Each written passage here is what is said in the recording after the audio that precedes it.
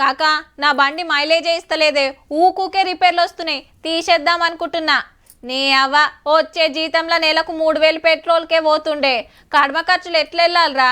ఇంకో బండి కొందామన్నా ఏం ఫాయిదా, దానికి కూడా దాపాలదాయే, నీళ్లు పోస్తే నడుస్తుందా అని అంటుంటారు. వాజీవే, బంకుకు పోకుండా సప్పుడు ఎక్కువ రాకుండా తక్కువ ఖర్చుతోని ఎక్కువ దూరం ఉరికే బండ్ల గురించే గీ వార్త. పెట్రోల్ డీజిల్ బండ్లు కంట్రోల్ చేయాలి, ఛార్జింగ్ బండ్లు పెంచాలనే చర్చ నడిచింది అసెంబ్లీలా. ఎమ్మెల్యేలు క్వశ్చన్లు అడుగుడు, బస్సుల మంత్రి పొన్నం సారు సమాధానం చెప్పుడు నడిచింది. ఇప్పుడు ఢిల్లీ ప్రభుత్వం ఎలక్ట్రిక్ వెహికల్స్ మీద ఇన్సెంటివ్స్ ఇస్తుంది.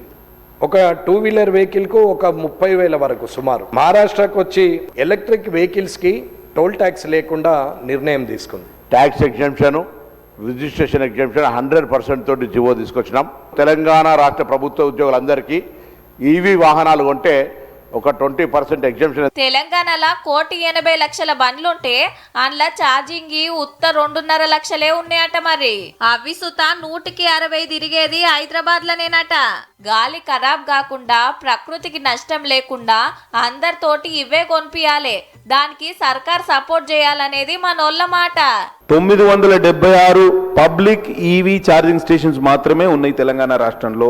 కరెంటు ఛార్జింగ్ తోటి నడిచే బస్సులు మా ఏరియాకి కావాలంటే మా ఏరియాకి కావాలని కోరుకున్నారు ఎమ్మెల్యేలంతా.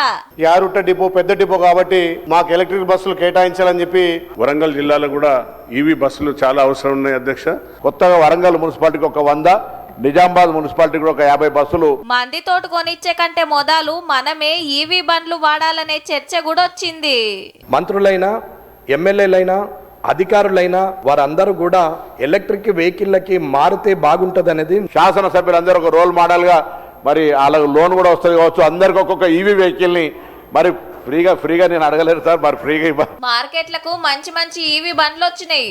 ఒక్కపారి ఛార్జింగ్ పెడితిరా అంటే కిలోమీటర్ల కమానం ఉరుకుడే ఉరుకుడు, పెట్రోల్ ఖర్చు తప్పుతుంది, ఊకూకే మెకానిక్ షెడ్ పోయే తిప్పలుండది. ఆలోచన చేయండి మళ్ళా.